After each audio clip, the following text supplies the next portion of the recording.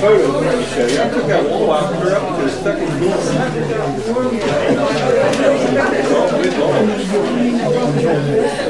In that space are all the walls. Just up there. You know you help here, right? Yeah.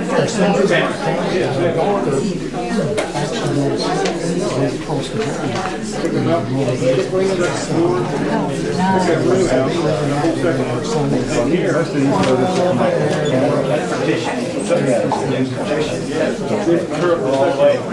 That's up to the rafters in the attic. Wow. Those walls the whole way up. Does it show anywhere where we're on the table? We are overwhelmed. Really, we thought 12 or 15 people, so quite pleased. So we hope you enjoy it. I don't think your thing's working, is it? Is there a switch on the mic? It is? Oh, okay. Not too loud. Okay, can we all hear? All right, we're okay. So before we get started, a couple things. There's drawings on the wall that tie into the lecture you're going to hear. So I don't know how you're going to get around to see them, but they're all local scenes and they tie in with what you're going to hear. There's a lot of mention of sleighing in Clear Spring. There is a 19th century Spiegler sleigh made in Clear Spring. So as you hear all the talk about sleighs. Can two people sit here? Anybody want to sit in the sleigh? Seats. Two light people. I wouldn't want one either. We have two sleigh seats. Anybody want them?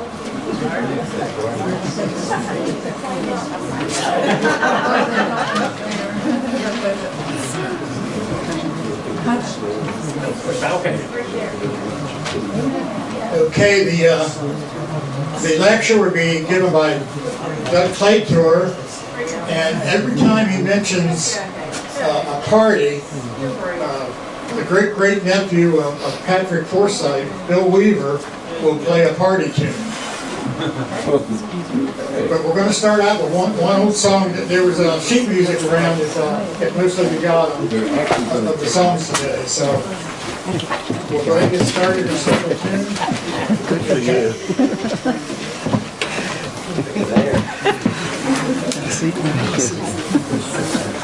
David asked me if I'd be willing to do a tune to open things up. This is the first tune came to my mind. And this is a Robert Burns tune called Old Lang Syne. And those of you that know about the Forsyth family, they were Scots. Okay? And I run into a lot of Forsyths that don't know that they were Scots, but they came originally from Scotland. And so Robert Burns wrote this tune. Unfortunately, it did not get published until after his death in 1796, I believe. The story's in your handouts at the top page, so I'm not going to belabor the point with all the little minutiae about that. But when it was first published, Burns had already died, and immediately there was some discrepancy and some legend that, well, that's not the tune that he picked out for it. The one that we do, okay, that he picked another tune. And what that tune was, that's still part of the mystery. So, anyway, I'm going to play the tune that, Old Lang Syne, to the tune that we normally know it by. And I'm going to play another tune that a lot of the folks that support the legend feel that this was the tune that Burns. And I won't get into all the evidence, but there's a lot of evidence to point to. There might be more to the legend than just the story. You have to remember, though, for a Scot, okay, they were never ones to let the truth get in the way of a good story.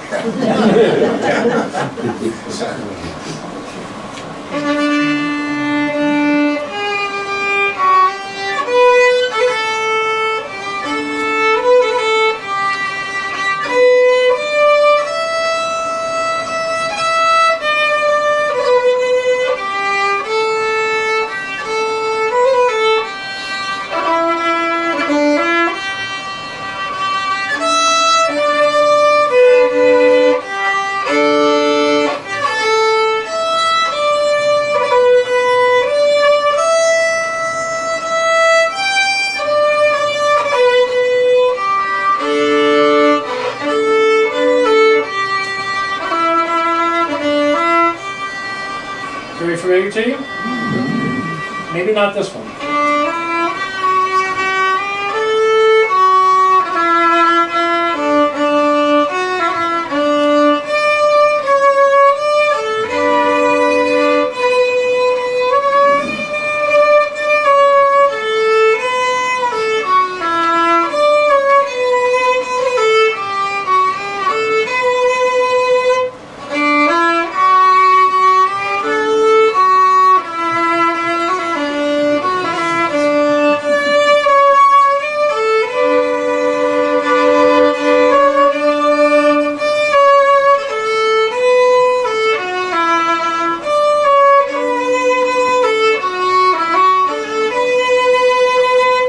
For oh, long ago, my dear, for oh, long ago, we'll tack up a kindness yet, for oh, long ago.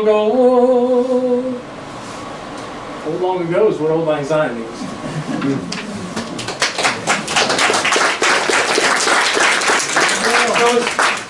As I turn this over to Doug, here's my hope for us today. And I want to share this little verse with you.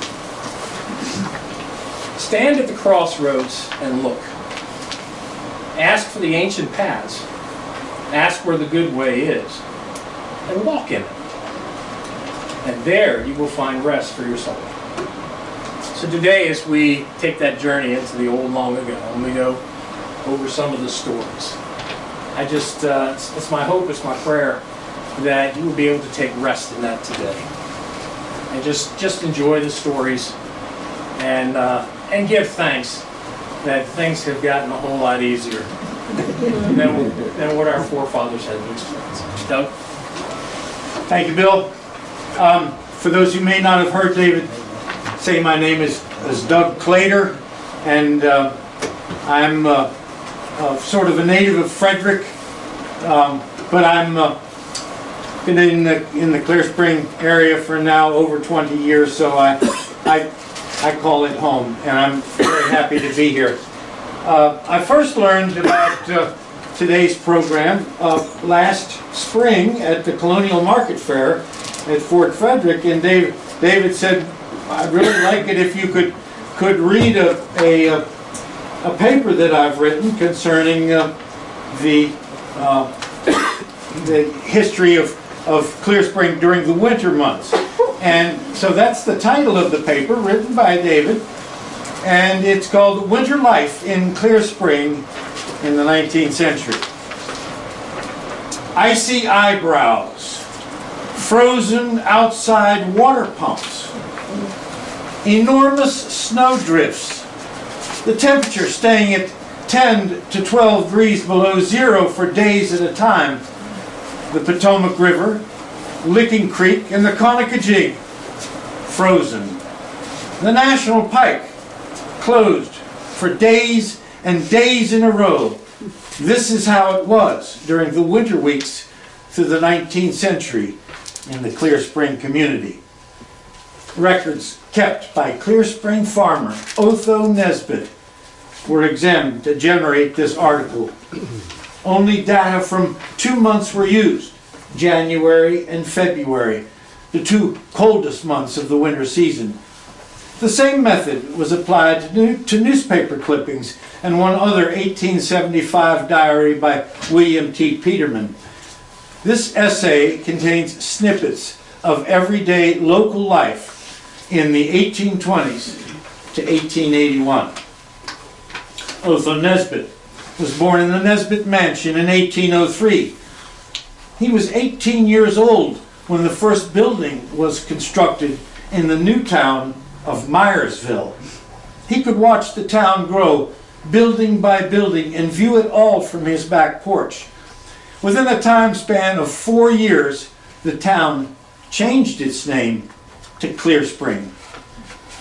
In less than 5 years, starting in 1821, Nesbitt witnessed the construction of log and brick dwellings to create the following businesses: 4 stores, 3 hotels, 2 doctor stores, a post office, 9 shoemaker shops, 6 tailor establishments, 3 wheelwright businesses, 3 wagon maker shops, 3 saddle making businesses, 2 tan yards, and 2 blacksmith buildings, and 3 cabinet shops. In addition, there were 15 carpenters living in town, 4 brick and stone masons, 2 men who did plastering, 2 doctors, 1 preacher, 1 barber, and 1 butcher. Nesbitt farmland in 1825 bordered the north side of the town, as most of it still does today, only a different owner. The National Pike was responsible for the rapid growth of the town. The stores in Clear Spring purchased much of their stock from Baltimore wholesalers, supplying local residents with the latest fashions available. But the winter months were difficult for local stores as they experienced very little foot traffic. The residents of Clear Spring were well-informed people. The weather was good. If the weather was good, political news happenings in Washington, D.C. would reach Clear Spring within 3 days, thanks to the stagecoach drivers and their passengers. But difficult snow-covered roads made it impossible to get from Washington to Clear Spring in 3 days, delaying news for local residents. The winter months were busy times for certain local occupations, such as tanners. Hunters sold hides to tanners, as well as farmers who did butchering. In January of 1823, the family of the late Emmanuel France decided to rent his farm and tanning business. The 127-acre property offered a comfortable 2-story home, plus a kitchen, a good barn, and a thriving orchard. The same location included a tan yard with 11 vats, plus a bark house, a perfect place for the start of a new tanner.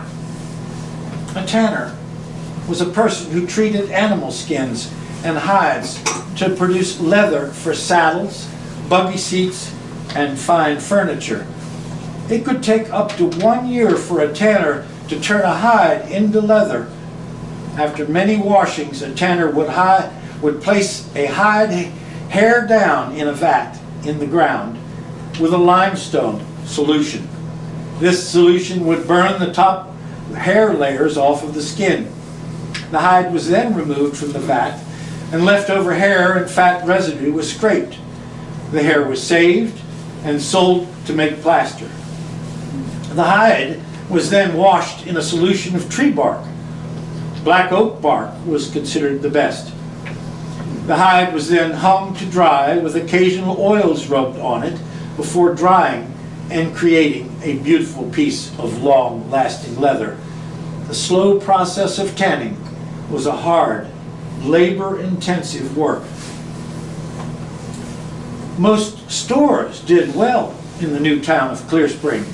There was heavy traffic from local customers, but also the endless covered wagons passing through town. Sidewalks were busy, and yet the bottler and the Harley store downtown announced in January of 1823 that their store was closing. Some shopkeepers couldn't resist following the wagon trains to the Wild West of Ohio and beyond to start their new businesses. The month of January 1829 brought another doctor to Clear Spring, W.H. Grimes. He offered services in medicine and surgery. Also that month, Charles Edelin opened a store 2 doors west of Draper's Tavern. The store sold dry goods, groceries, liquors, hardware, and cutlery. The new store bought and traded for butter, eggs, flaxseed, and rags. Used rags could be sold to paper mills to produce rag paper, greatly in demand during the 19th century. A February 1829 newspaper had a unique advertisement concerning the Sarah Ford property. It mentioned a new transportation system soon to be part of the Clear Spring community. Her 210-acre farm called Rocky Neck Amended was being sold to settle her estate. It was situated at the neck of the Potomac River. The advertisement stated that the Chesapeake and Ohio Canal, which had commenced in the valley of the Potomac River, would pass through or near this land, which would add very much to its value. Jacob Stein had a newspaper advertisement in February 1829 stating that he was moving west and selling his two-story log home located 1 3/4 miles from Clear Spring and 200 yards from the Big Spring on the road from Williamsport to Cumberland. A few days later, Mr. Stein ran another ad offering a reward for a runaway apprentice in the weaving trade. In the winter of 1831, the Maryland legislature appropriated money to transport free blacks and ex-slaves from Maryland to Africa. This act helped to create the formation of the Maryland Colonization Society, founded for the purpose of sending free slaves to Africa. The society was confident that this policy was the remedy to end slavery. In the winter of 1832, the Maryland legislature placed new restrictions on free blacks in order to encourage immigration. Maryland African Americans were not permitted to vote, serve on juries, or hold public office. Maryland unemployed ex-slaves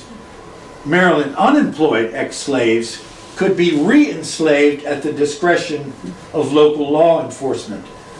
With these new slave laws, the Maryland Colonization Society hoped they could encourage free black residents to leave Maryland.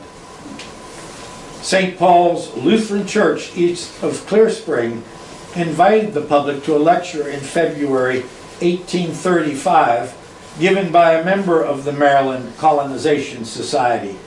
The guest speaker would also later speak at St. Peter's Lutheran Church in Clear Spring.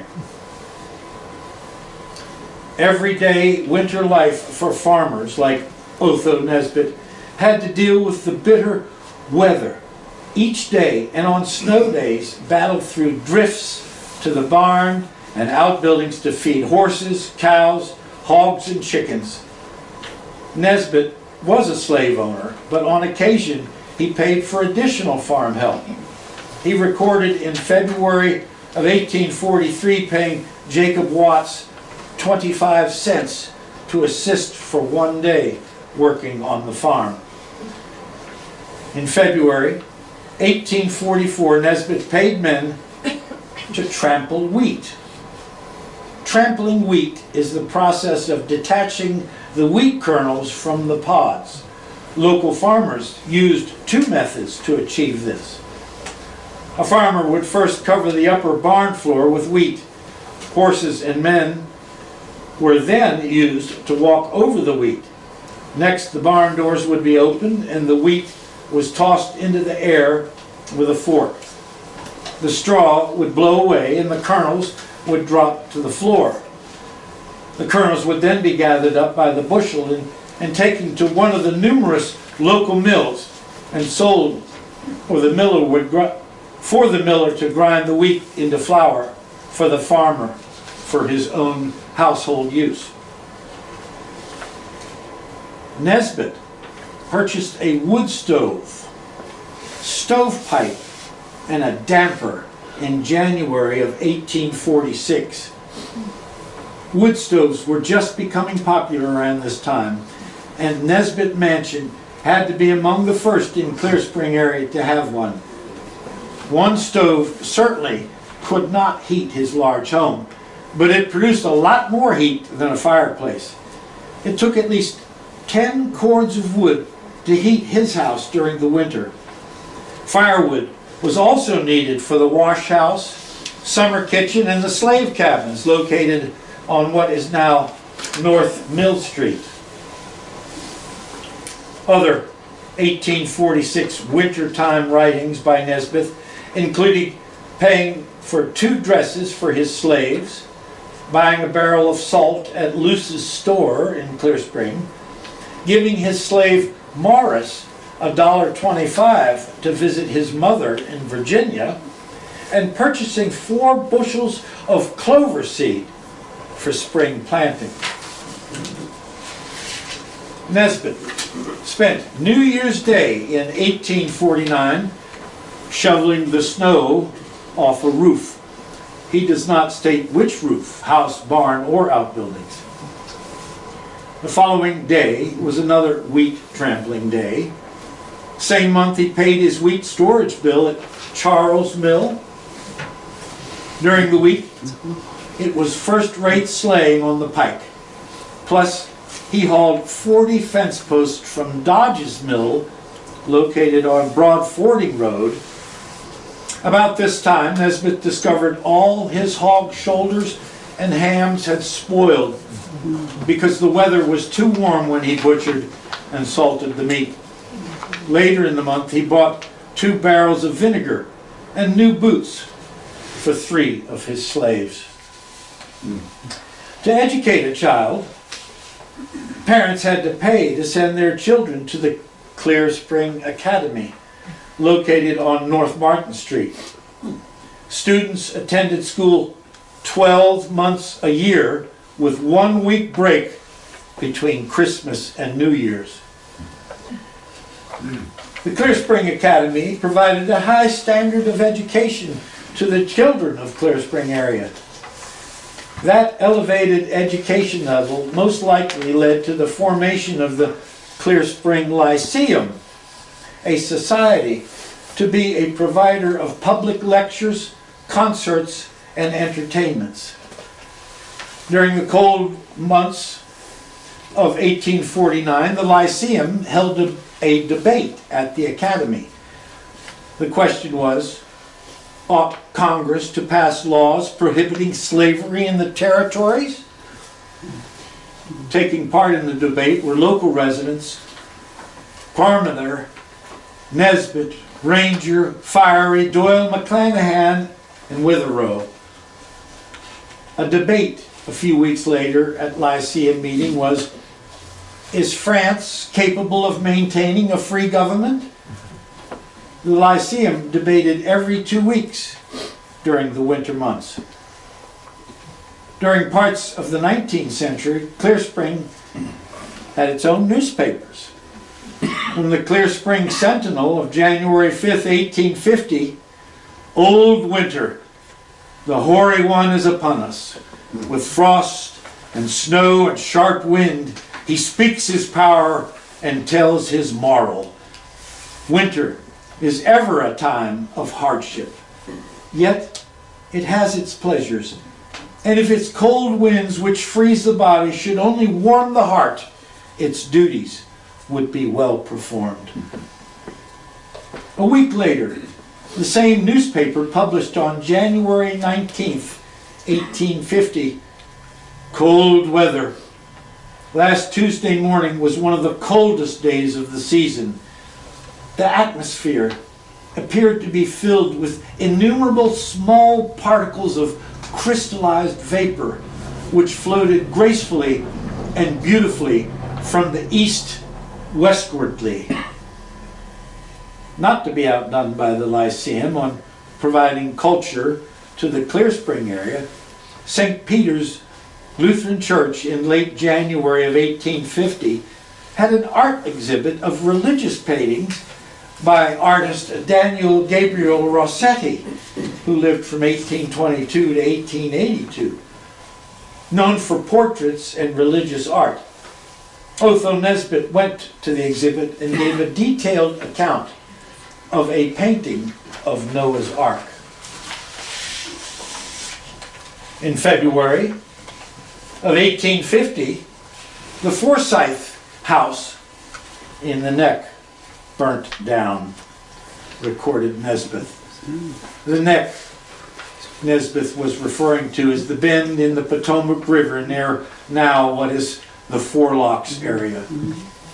A few weeks later he wrote, "The local man was taken before the judge and held to bail for $90 for having, as she said on oath, put his hands on her in a tender place."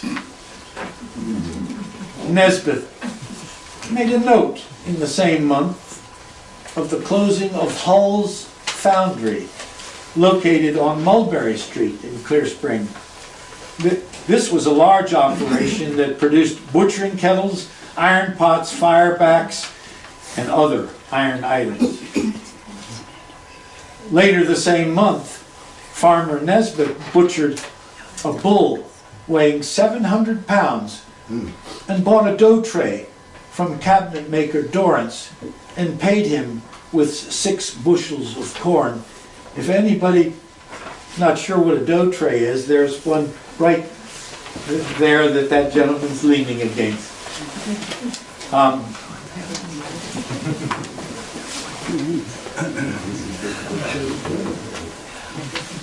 Aside from debates, the Clear Spring Lyceum also provided concerts. One concert did not go well. In February of 1850, Otho Nesbeth attended a Lyceum program at the Academy. There was a ventriloquist and music provided on an accordion. This instrument was invented in Germany in the 1820s and had become popular in the United States in the late 1840s. In addition, there was singing and dancing. On the second night of the show, there was an attendance by about 30 people.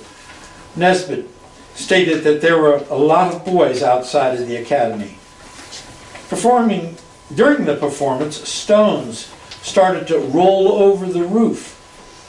Ladders were placed up at the windows on the exterior, and boys peeping in, followed by boys slipping in the building, created a tremendous noise and caused confusion. Then the Clear Spring boys tossed in the window a burning cayenne in a pint cup. The performance stopped.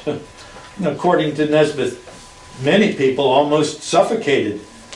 A crowd of boys broke in. The adults began yelling for the boys to be ridden out of town on a rail. The boys went behind the curtain and spoke to some of the best citizens of Clear Spring to protect them. It worked. On January 1st, 1852, Nesbeth wrote in his diary about a Clear Spring businessman who fell dead in his still house. Nesbeth somewhat described the deceased man's life by writing, "If the devil don't get such a man, there is no use for a devil." A few days later, a sow at the Nesbeth farm gave birth to 11 pigs, followed by Mr. Nesbeth taking a sleigh ride to Hagerstown. On January 13th and 14th, Nesbeth listed the weather as being very cold, windy, and snowdrifts. The coldest winter in 20 years, he said. Perhaps he spoke too soon, because on January 24th, he wrote that the thermometer had been staying at 10 to 12 degrees below zero for 3 days. Nesbeth ended the month of January 1852 by going to the Clear Spring Academy to hear a black woman preach. He said she did very well. The bell rang up and down the streets in Clear Spring, articulates Otho Nesbeth in February of 1853. The bell ringer was inviting people to an eagle and cat fight. Now, the eagle belonged to Mr. Adams, and the boys caught a cat in a nearby barn. With a string, the eagle was tied by the leg, and the other end of the string was tied around the cat's neck. Mr. Nesbit wrote, it was a rather cruel sport. On February 7th, Nesbit arranged for 2 of his slave children to attend a private school in Clear Spring. A few days later, a Clear Spring man was arrested for operating a gambling house. Nesbit concludes the month by going to Michael Smith's farm auction where milk cows sold for $25. In February 1854, Otho Nesbit reports that a Clear Spring man died, and the German Reformed Lutheran graveyard located on South Martin Street refused to let him be buried there. The graveyard did not accept men of infidel principles. Fred Snyder allowed the man to be buried in his family graveyard near Licking Creek at Parkhead. The end of the month ended with a town fair to raise money for the Clear Spring Town Band. The town of Clear Spring met with many changes during the last half of the 1850s. The railroad replaced the National Pike and ended most of the stagecoaches and wagon trains passing through town, except for local travel. Many of the stores and hotels and other businesses closed.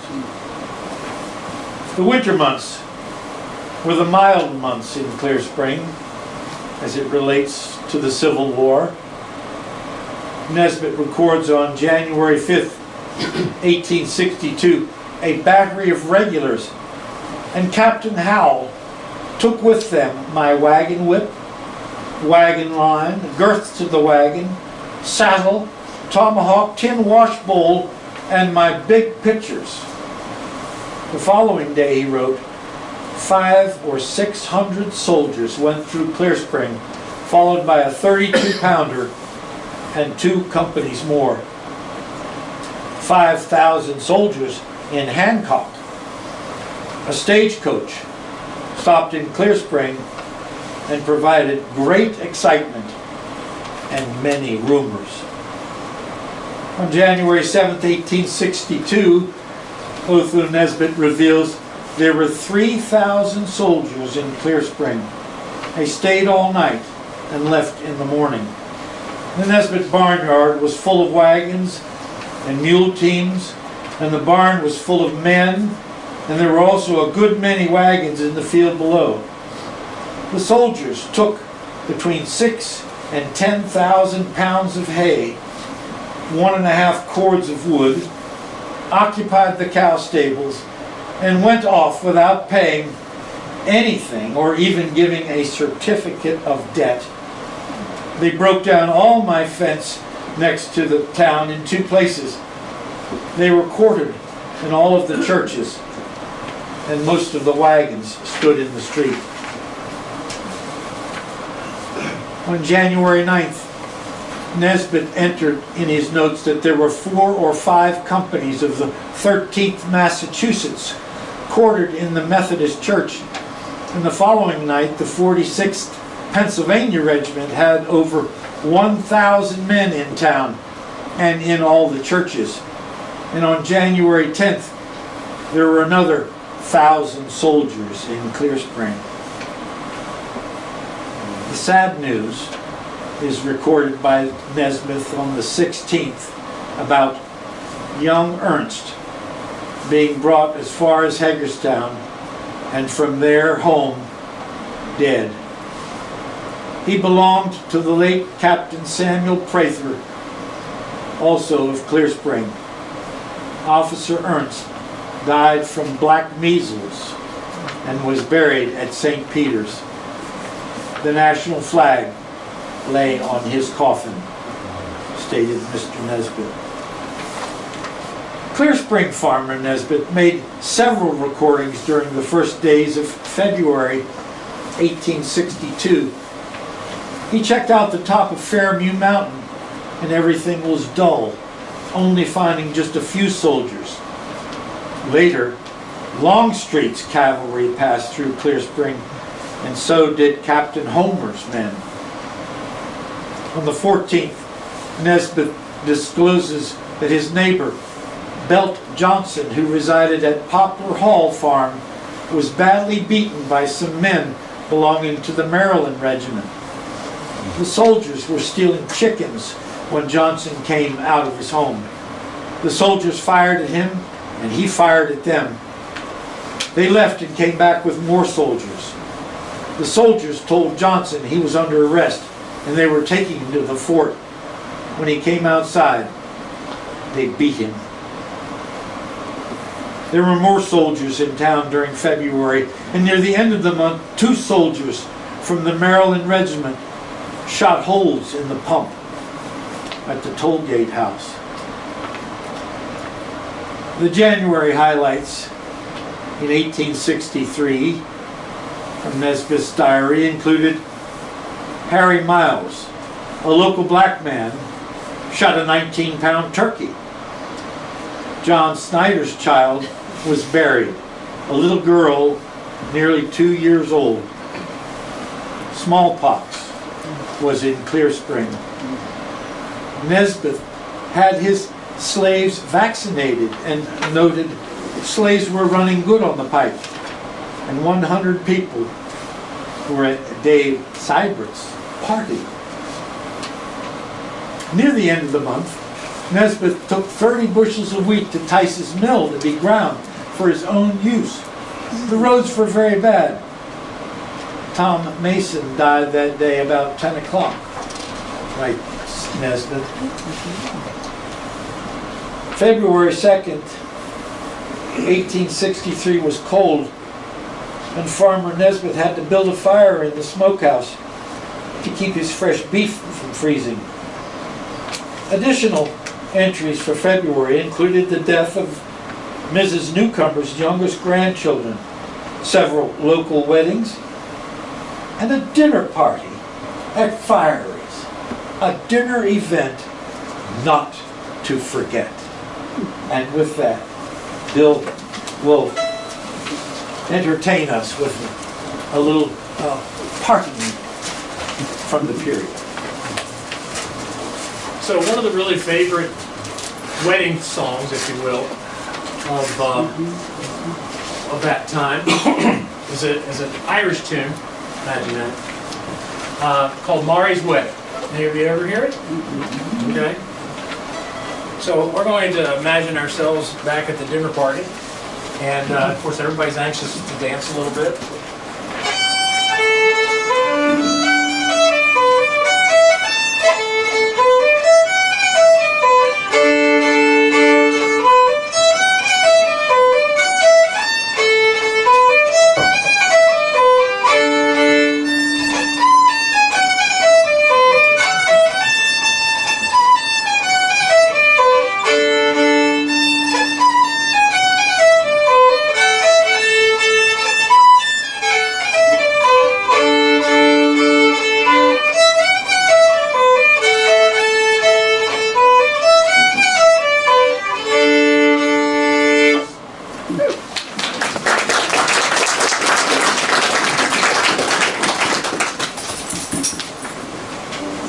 Nesbitt characterizes the dinner in the following manner. There were 100 people at the fiery party. As the male guests arrived and went into the house, they placed their hats in windows. He adds, after dinner was over, it was nearly dark and the dancing commenced, and they danced until about midnight. Everyone was then invited to the finish table, where there were plenty of cakes, wines, lemonade, and whiskey. Following refreshments, everyone went back to dancing and danced till near daylight. Adds Nesbitt, we all went home with hats on, and some with hats off. He then explains his statement shortly. After dancing commenced after the refreshments, a Columbian band, boisterous roisterers, made an appearance at the front door. The victors were neighbors who were not on the invitation list. While making a hullabaloo outside, they, without being noticed, hoisted the front window and stole the men's hats. Nesbeth records in January of 1864 the return of the body of Abe Soisey coming home, and also the body of Carnes, a sergeant in Fireys Company who lived near Green Spring Furnace, near Fort Frederick. He had a wife and 5 children.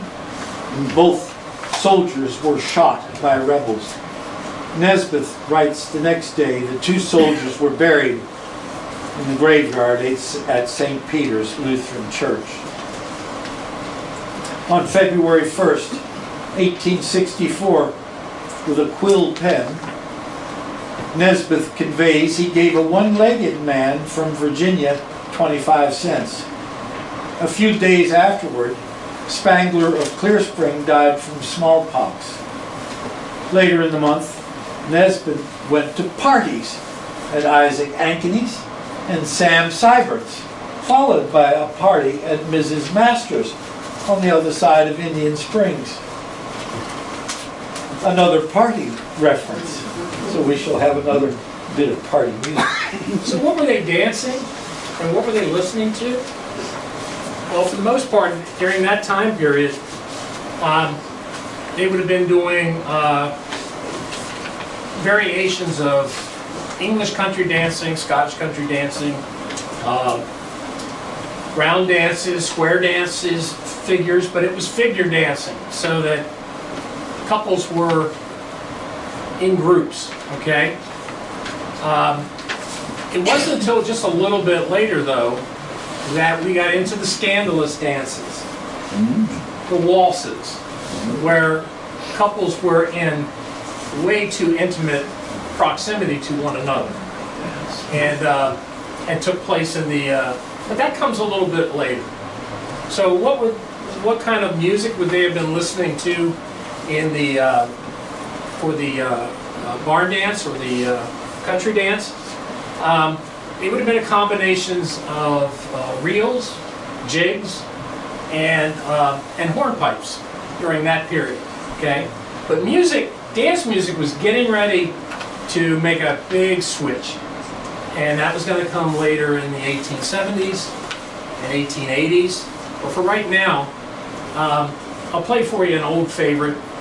Actually, 2 old favorites. Hopefully, I can just transition into. But these are Angeline the Baker. Angeline the Baker is a very, very old tune. A lot of these tunes had multiple titles. The roots of these tunes came from Scotland, Ireland, Wales, okay? And but when they made their way to America, a lot of them they got new titles. And so here's Angeline the Baker.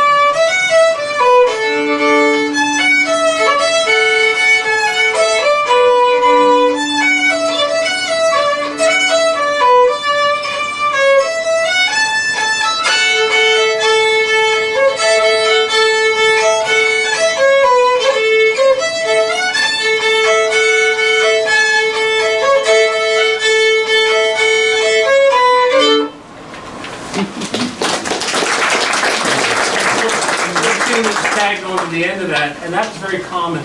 They would do sets with multiple tunes for the dances. Sometimes they would play the same tune for the entire dance, but if the dance went on for any length of time, the fiddlers would do a multitude of tunes tied together. So that was Angeline the Baker and The High Road to Lytton, which is another Irish tune.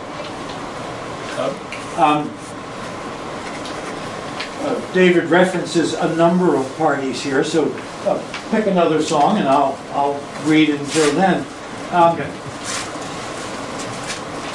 Mrs. Masters' festivities began with quarreling, fighting, shooting, and knocking down.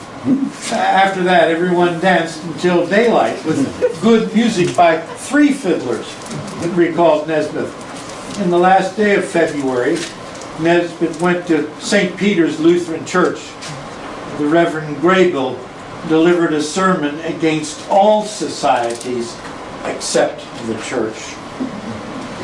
On the first day of January 1865, 300 soldiers passed through Clear Spring on their way to Cumberland. A few days later, Nesbeth went to a party until daylight. The fiddlers were Klein and Bowers. On the 15th, Nesbeth was back in his pew at the Lutheran Church. Reverend Graybill gave his members a fit for dancing at a recent January party, somebody told, and said those who attended should not take the Holy Sacrament. Nesbeth concludes, friendship, generosity, fellowship, and sociability are no more Christian duties.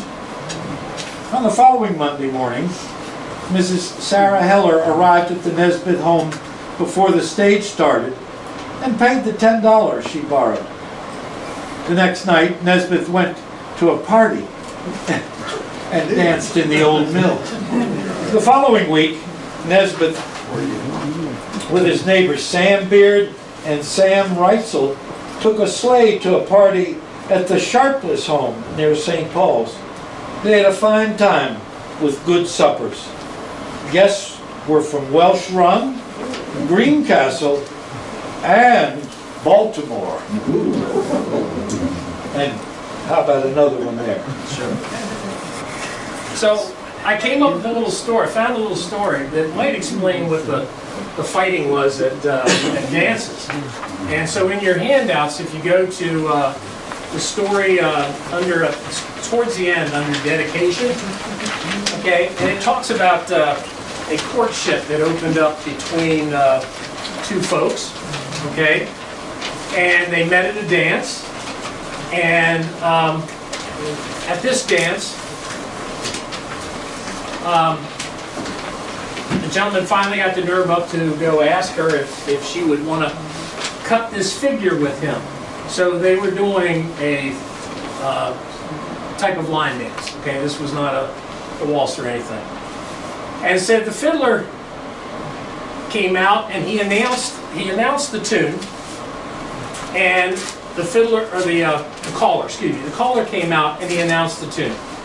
Okay, and then the fiddler played it through one time, so that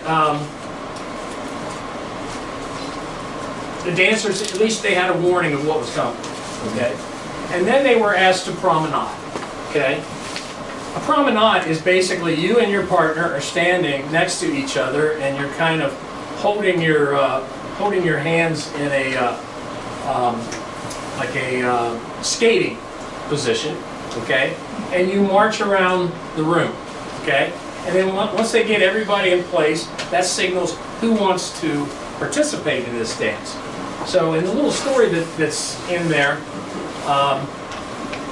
it talks about them doing a promenade, and then they went into the dance. So what were they playing in the promenade? Well, they were playing a march.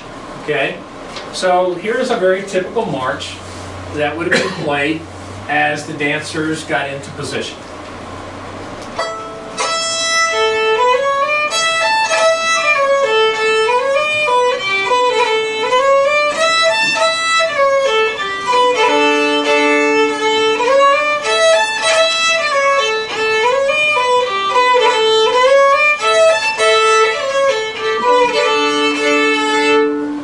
They just kept doing that until everybody got in position.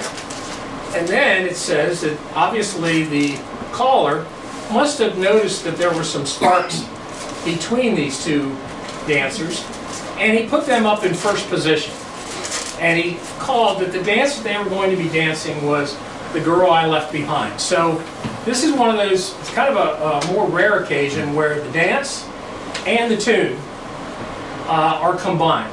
And The Girl I Left Behind goes way back, 1600s. They were dancing The Girl I Left Behind, the Revolutionary War period, the Civil War period, and so forth. So it's a very common tune. I'm sure you guys have heard this one before.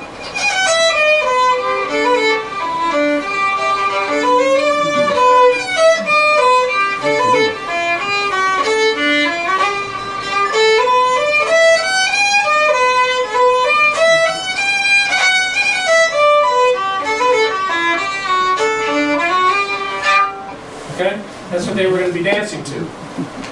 I put a link on your handout, and I would encourage you, if you want to know what The Girl I Left Behind, what that dance figure looks like, that's what it looks like. But what's described in the story is anything but that. Because in the story it's described that the gentleman had the right to, instead of taking the hand of the girl in front of him, he could spin around and grab the hand of the girl behind him. Okay? Imagine where that left this young lady. And then some of the more aggressive young ladies did not like being scorned, and so she would try to snag him before he got away. A perfect reason for ending up in a fist fight and maybe even pistols. And the gentleman Yeah. reacting to that as well, So, especially after the whiskey. so yeah, a little sidebar on a dance that that had to have been a local tradition that I had never read about or heard about before. Philip Fellinger announced in the winter of 1865 that he was dissolving his partnership with Felt and Fellinger and was selling his share of the store at a public auction.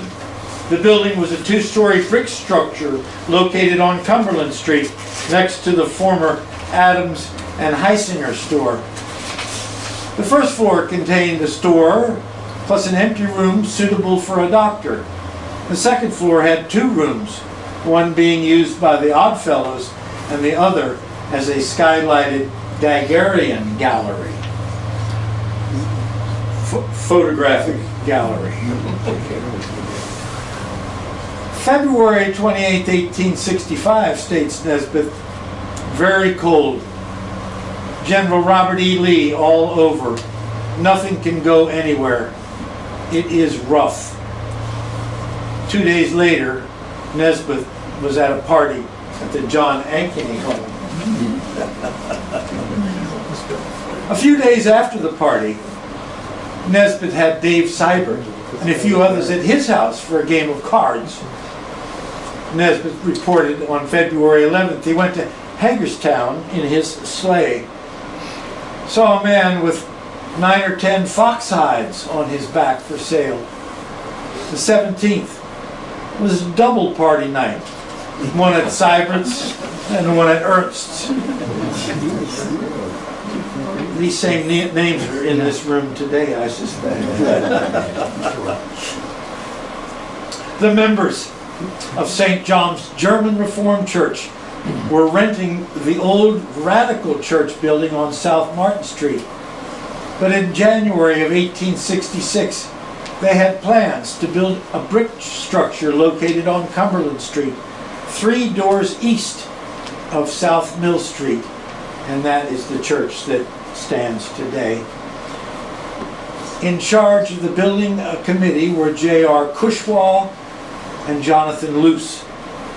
In a January newspaper ad, the church committee was seeking carpenters and bricklayers.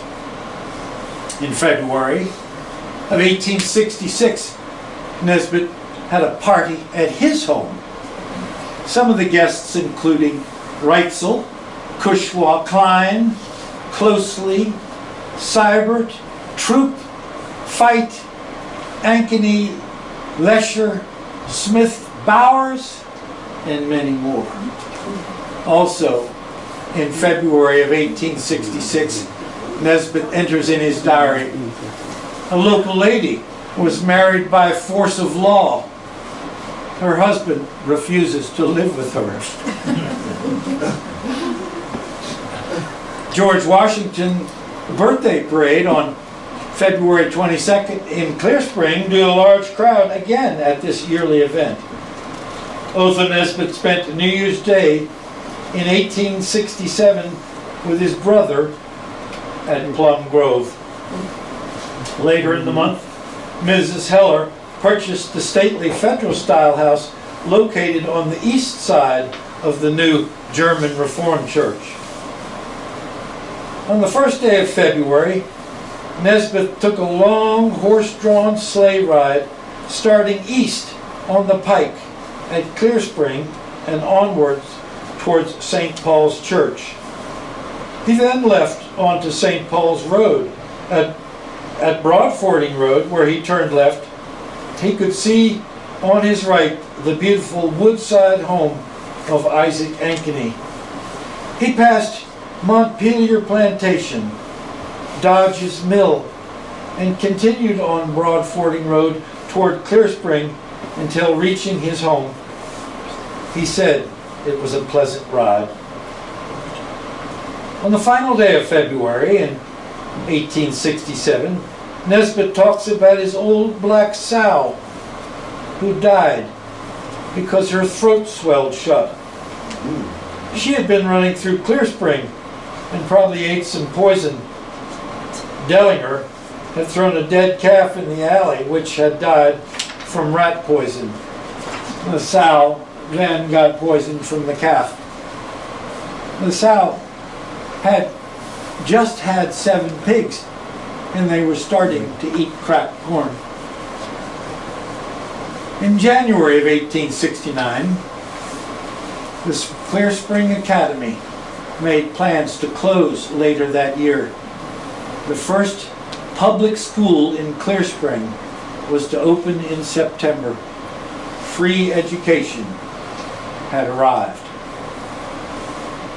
In February of 1871, Farmer Nesbitt wrote about his old mare, who had been lying better than a week, not able to get up, and had begun to smell bad.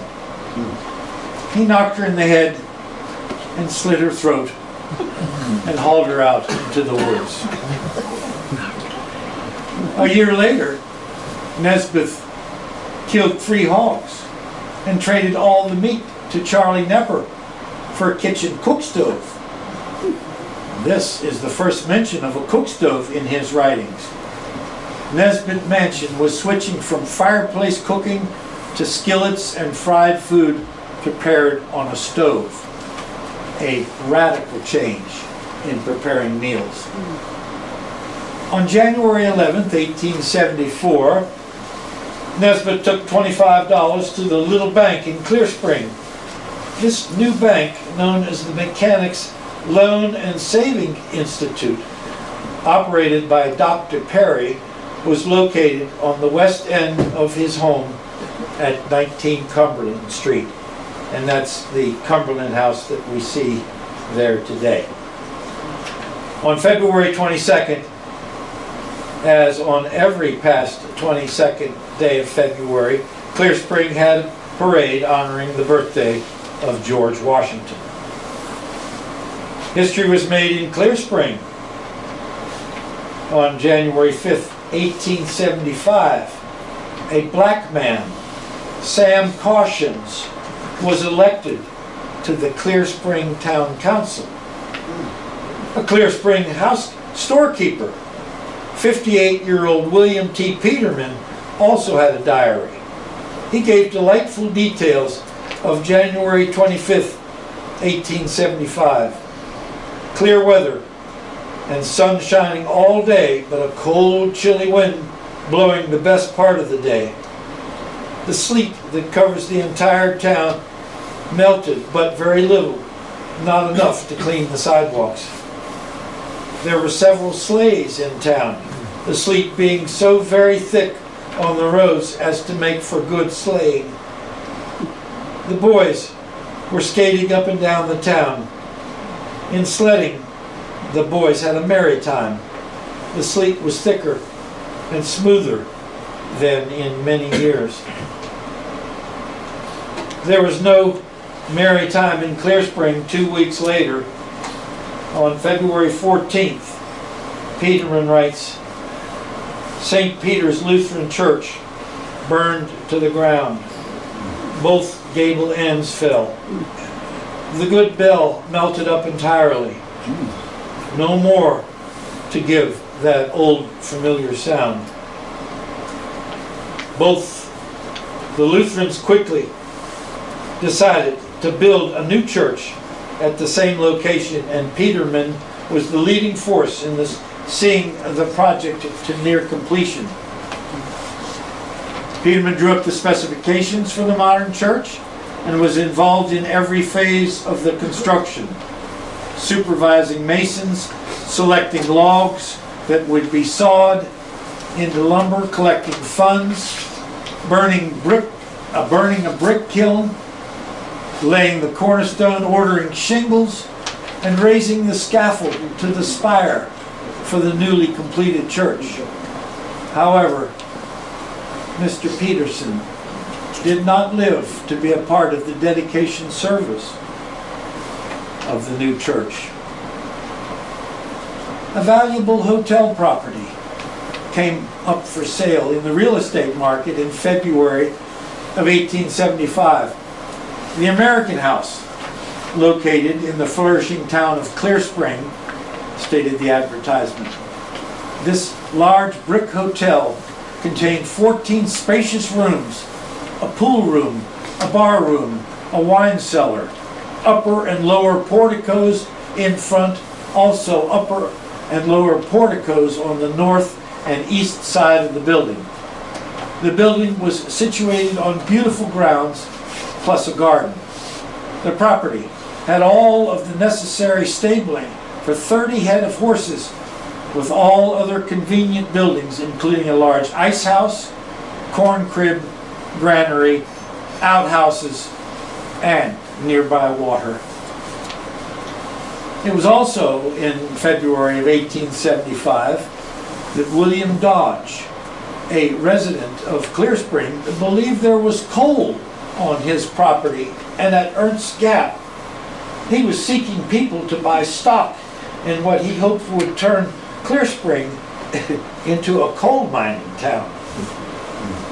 About a year later, on January 1st, Nesbitt writes, there is a great rush for ice at Francis Dam near Clear Spring. Wagons coming from everywhere. However, there is no mention in newspapers in 1876, the centennial year of the United States of America, of the yearly Clear Spring George Washington birthday parade, surprisingly. 1 year later, in 1877, Nesbitt jots down in his diary about how much snow that trains. There was so much snow that trains had not moved in 3 days. And in January 1881, Nesbitt again reports that it is good sleighing everywhere. The days of stagecoaches lined up to get into Clear Spring were long gone by the early 1880s. Only a few stagecoaches passed through Clear Spring weekly. The national pike in many places was growing tall in grass and weeds. Most of the stores and hotels had closed.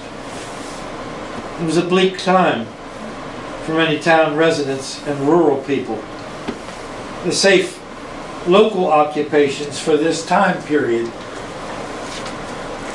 and forward were carpenters, canal workers, blacksmiths, wheelwrights, masons, coopers, saddle makers, and tanners. Farmhands felt safe in their jobs in the future, milking cows by hand and picking and husking corn, orchard work, trampling wheat, and using horses to plow fields. The Spickler buggy manufacturing business, who made this sleigh, dating back to the 1850s and locating a few miles east of Clear Spring, was thought to be a safe, thriving business forever. Undertakers, indeed, felt very secure in their occupation. Our ancestors survived changing times and the cold winter days of snow, freezing rain, and the wind of the 1880s. And for them, any sign of springtime offered them hope that they had survived another winter. Signs of hope in February were few. But a future Clear Spring historian, the late Hilda France Cushwall, provided one gleam of springtime hope shared by neighbors of our past in the 19th century.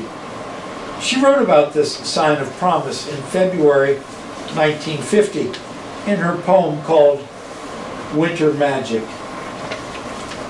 The first frosty grip of winter has lost its hold on me, for I am deep in visions of a springtime soon to be. Amid the snows of winter and the fierce winds about, the mailman brings us magic. The seed catalogs are out. Although the winds may whistle and the snow piled high outside, the rainbow hues of summer are by my fireside. Larkspur, poppies, lilies, colors gay indeed, and again our hearts are lifted by the challenge of seed. Hilda Cushwall, whom I'm sure many of you knew, lovely lady.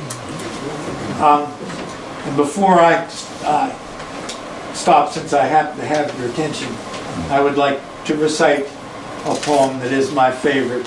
It's Robert Frost's Stopping by Woods on a Snowy Evening. Whose woods these are, I think I know. His house is in the village, though.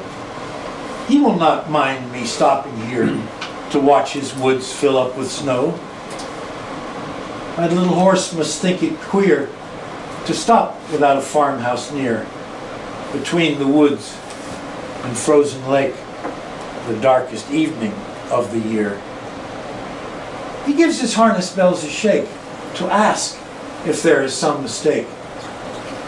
The only other sounds the sweep of easy wind and downy flake. The woods are lovely, dark and deep, but I have promises to keep, and miles to go before I sleep, and miles to go before I sleep. Thank you very much.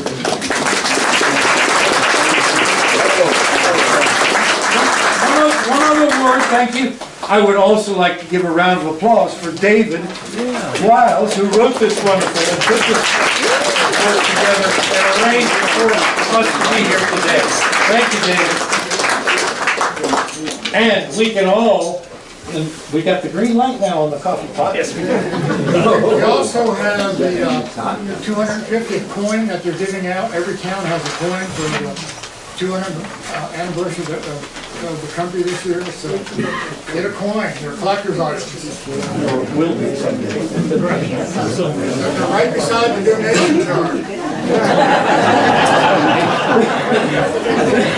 Coffee, punch, cookies, cheese.